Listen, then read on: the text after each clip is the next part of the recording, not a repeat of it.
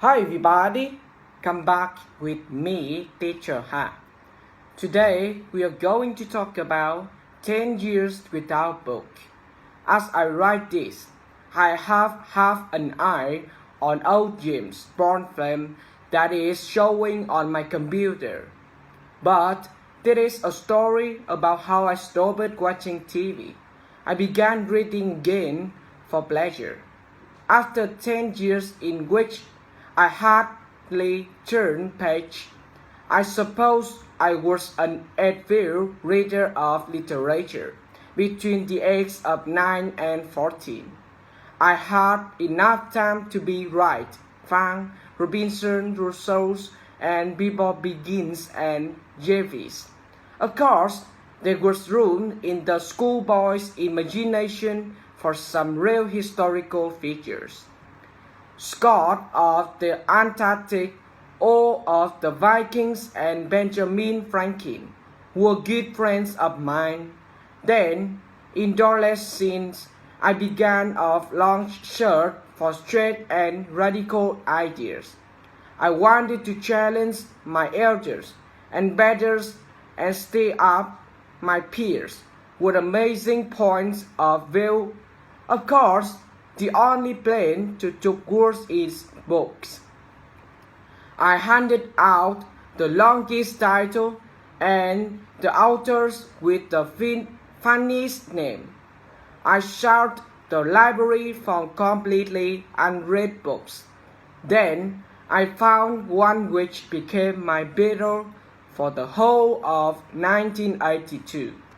It had a title composed of 11 long words and an hour whose name I didn't know how to pronounce. It was really take and look at that serious. Even better, it put forward a whole world view that would take days to explain. Perfect. I took it out of the library 3 times, proud to see the date stamps lined up on the empty library insert. Later, I went to university, expecting to spend long evenings in learned discussion with clever people. I started reading philosophy. For some reason, I never found the sleep, thinking intellectuals I hope to meet.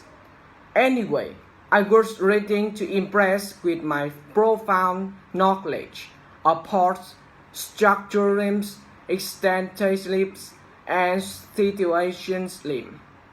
These things are usually explained in rather short books, but they take a long time to get taught. They were the end of my youngful reading. Working life was hard to get used to after so much theory. It was the end of books for me. There didn't seem to be much in books that could actually get things done. To do things, you had to answer the telephone and work a computer. You had to travel about to speak to people who weren't at all interested in philosophy. I didn't stop reading, you can't avoid that. But no books came my way, only manual and pamphlet and contracts and documents, maybe. Most people satisfy their need for stories, an idea with TV, and to tell the chart. It was all I needed for 10 years. In those days, I only had a book on the go for the direction of aeroplane flights. At first, I could come home and watch TV over dinner. Then, I moved TV so I could watching from bed. I went right up the stairs so I could turn it off without getting out of bed. Then one fateful day, my TV broke and my landlady took it away. My new TV is an extra circuit brought inside my computer. It's on a desk in front of a working chair. I can't see it from the bed. I still use it for the weather forecast, and it's 9 to 30 on while I'm typing this. But what to do last thing at night? Well, have another with books. Now, I just like books. I have a pile of 9 ones by my bed, and I'm reading about 6 simultaneously. I don't want to be any of the characters. I don't care if 1,000 people have already read them. I don't have to search through libraries. There are books everywhere, and all of them have something to read in them. I have the just feeling that they've been there all along waiting for me to pick them up. Next, we are going to talk about Buckminster Fuller, my hero. Buckminster Fuller is the hero of mine. I hope after reading this, I will become one of yours too. In 1927, he was desperate. He had no money and didn't know how he could provide for his wife and their newly born daughter. He had lost his job in a company that made lightweight building materials. We find him standing on the shore of Lake Michigan about to throw himself into the water and die. Luckily for us, instead of doing that, he started thinking differently. Some people say that was a religious experience, but it's not so clear what Bucky himself could say about that. He said that up until that moment, he had lived according to the advice of other people. He had played somebody else's game. After it, he began an experiment to live the rest of his life as Guinea Big B in the service of humanity.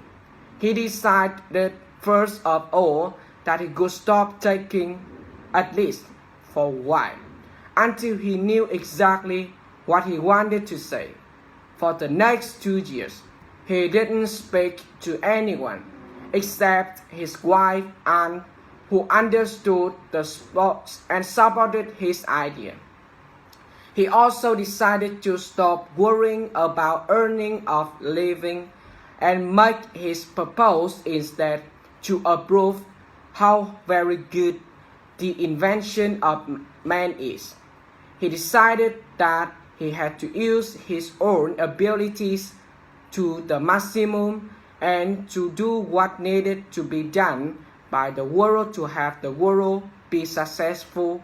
From that moment, he once thought of the world as a whole either as one town world or as spaceship Earth.